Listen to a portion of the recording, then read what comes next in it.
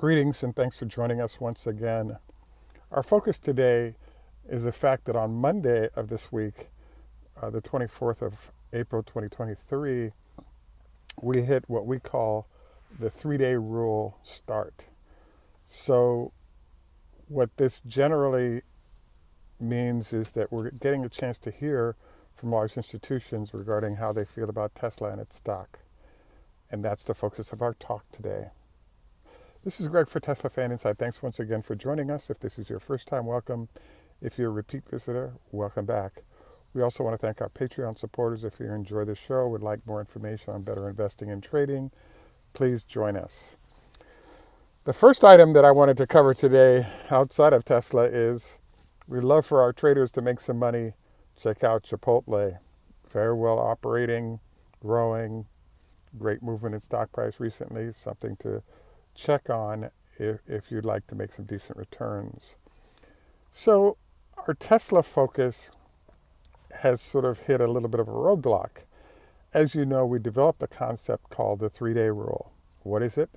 As you know, what happens is that anytime you have an earnings announcement, as we did last week, it usually takes approximately 3 days for there to be a process where analysts have a chance to review the data.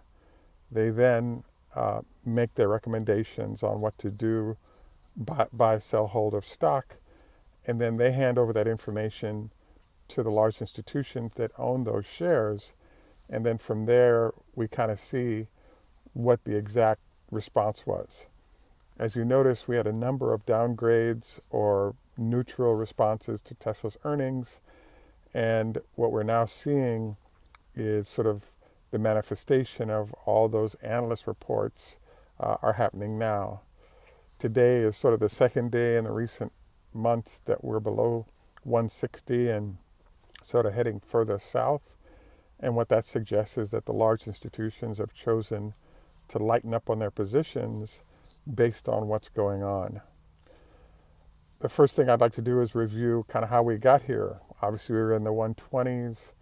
Elon came out and talked about the fact that, what the growth path was heading towards the end of the year.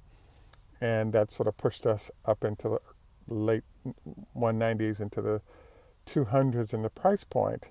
And as we shared in our last show, what was assumed was that what would be attached to that is a certain growth in revenue and earnings. Now that we've gotten into this period and Elon has elected to cut prices as a way to boost the number of vehicles sold, it definitely has obviously affected what's going on with earnings. And the trend is what folks are sort of investing, trading on currently. And that trend is towards, if you will, a lower growth rate in the earnings and therefore a lower growth rate in the stock. Now, I have to say I'm really disappointed. I thought that Elon would come up with a way to keep us moving nicely forward, but that has not occurred. Hence, we're in the current circumstance we're in. So what do I think is going to happen and when? The answer is that I think we have a sort of a sideward movement for the next month or two before we start seeing Cybertrucks affect the plan for profits and revenues. Elon always has some surprises, and so I do think there could be something that he puts out that also might affect this.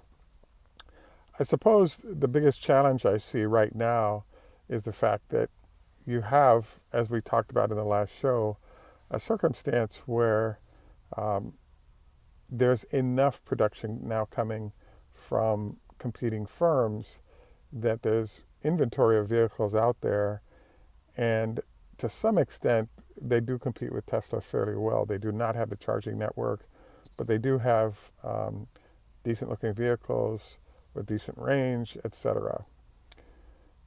I have to say that I would love to have all of our viewers, tweet or email or text Elon to suggest that this is kind of the perfect time, I believe, for Tesla to launch an AMG division.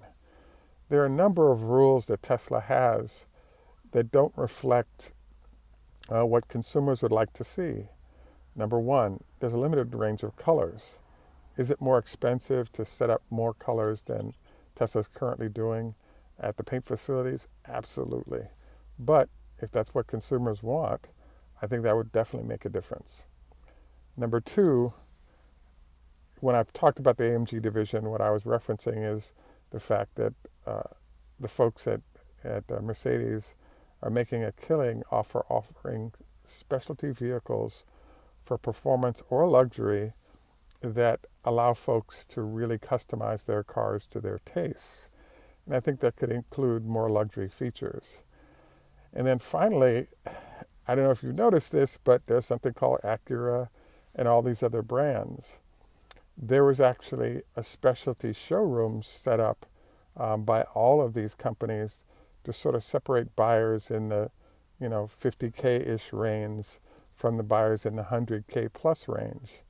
I really think that there are a lot of premium customers, millionaires with great cars, and we have a $150,000 car that looks a lot like a $50,000 car, for example, when you look at the Model S's bottom line to the top of the line. So I have to say that obviously we're all concerned. We want the company to do well. Things don't seem to be going well as we're seeing the stock price dip. What I'm intrigued by, though, is all the ingredients are there for there to be a boom. And in my mind, based on what we know the product cycle is, I believe Tesla is set up right now for this being a great buying opportunity heading into the next few months.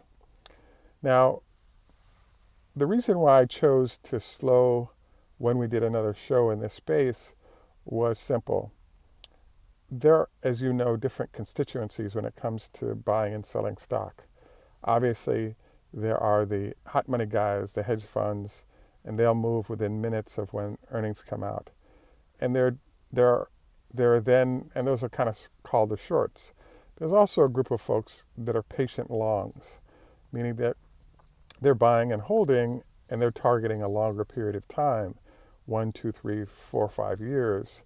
And so that group of people tend to be slow to exit and slow to get in. And so we're sort of waiting on what they were going to do. And the dip below 160 in my mind is sort of their statement about where they are currently on Tesla's stock price.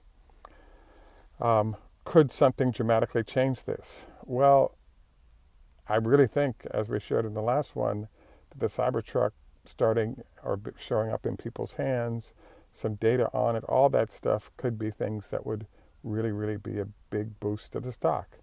Will that occur? As you know, the answer is no. We're having to wait into summer to find this out, but summer is basically a month and a half away, so we're hopeful that we see it earlier than later, because it would really be nice to have us start rolling with those new products out there.